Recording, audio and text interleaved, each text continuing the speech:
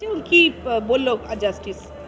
ডাক্তারদের joint platform মামলা করেছে, তারা সকলে মিলে এই লড়াইটা করছে, আরজি করের লড়াইটা বিচারের দাবিতে। আর আদালত আজকে সংবিধানের যে স্বীকৃত অধিকার তার উপর আরেকবার সিলমোহর দিয়েছে। নতুন কোনো ঘটনা নয়। আমরা ওখানে চেয়েছিলাম প্রতিবাদ করতে আরজি করের এই ডরিনা ক্রসিংয়ে। সেখানে আমরা চেয়েছিলাম সিবিআই যে শ্লথ গতিতে তদন্ত করছে বা সিবিআই তদন্ত নিয়ে যে মানুষের অসন্তোষ সেটার বিরুদ্ধে প্রতিবাদ করতে, এই সিবিআই যাতে সঠিকভাবে তদন্ত করে তা নিশ্চিত করতে। আর রাজ্য সরকার যেভাবে গণতান্ত্রিক অধিকার রোজ খর্ব করছে তার বিরুদ্ধে আমাদের লড়াই।